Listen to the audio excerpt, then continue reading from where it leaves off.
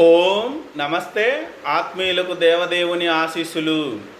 తైత్తిరీయ ఉపనిషత్తు 1వ వల్లి 11వ అనువాకంలో ఓ 2 మంత్రాలు ఉన్నాయి.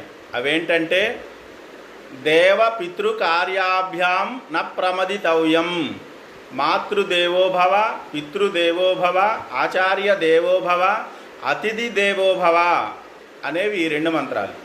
ఇక్కడ ఏం చెప్పారు అంటే మాతృదేవోభవ, పితృదేవోభవ, ఆచార్య దేవోభవ అన్న ఈ మంత్రంలో సజీవంగా ఉన్న మన పెద్దలను గౌరవించాలా అన్నది అర్థం. ముందు చెప్పిన మంత్రంలో దేవ పితృ కార్యాభ్యాం న ప్రమదితవ్యం, దేవతలను ఆరాధించటము, పితృదేవతలను ఆరాధించటము అనే విషయంలో మీరు వేమరపాటు వద్దు, చక్కగా చేయండి అని చెప్పారు. ఇది